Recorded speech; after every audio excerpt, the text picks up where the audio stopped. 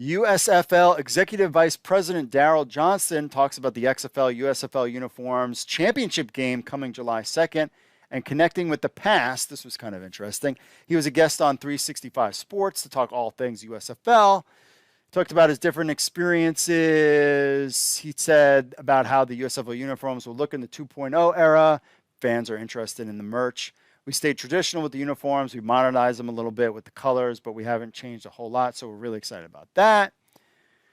Talks about one thing he brought up that was interesting, and when you see the USFL's press release, it always is very blatant. The USFL is a new independent football league controlled by Fox Sports through the USFL Holdco LLC, a new business entity, and it is not associated or affiliated with the USFL of the 1980s or its owners. That has always been out there. I found that interesting, and I get it. You want to distance yourself from the old USFL. I would assume this is because of legal things. However, if you want to distance yourself from the USFL in the past, then why did you have Doug Flutie hyping your league? So you can't have your cake and eat it too, kind of, you know what I'm saying? I have a feeling it's some kind of legal stuff. But Johnston was talking about how the league wants to engage with players from the past, even though you have one end saying that has nothing to do with the past.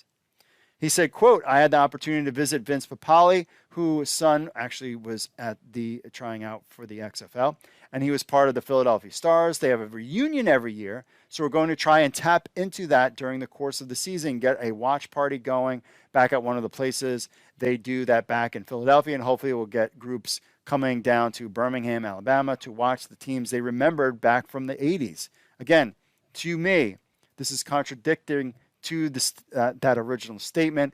However, I would assume that's legalese to other people trying to sue them for whatever when it comes to the past. That's just my opinion on that. He talks about how the USFL is not a feeder system for the NFL. And when the championship game, he said, our calendar is still NFL training camp friendly, especially the way the camps are held today. You're not as physical. You're starting out a little bit later in the month of July, sometimes even in August, so you've got an acclimation period. So if you win the championship game in the USFL, you will play it on July 2nd. That still gives those guys plenty of time to heal up. They're going to be in great football shape. Absolutely. Bring a guy in after playing in the USFL. I would be all for that if I was one of these teams. But you heard July 2nd, 2022, 2 days before July 4th, will be the USFL championship game. That would be a fun weekend. He talks about playing in Birmingham and Prospective Stadium in the hub city.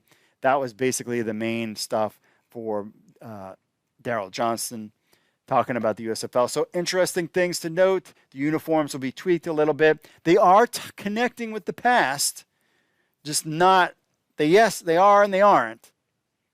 And then the championship game will be July 2nd. So that's going to be a lot of fun. We definitely have to clear the calendar for the championship game, maybe head down there as well. Things are coming and popping in the USFL world. We'll have to stay tuned to find out.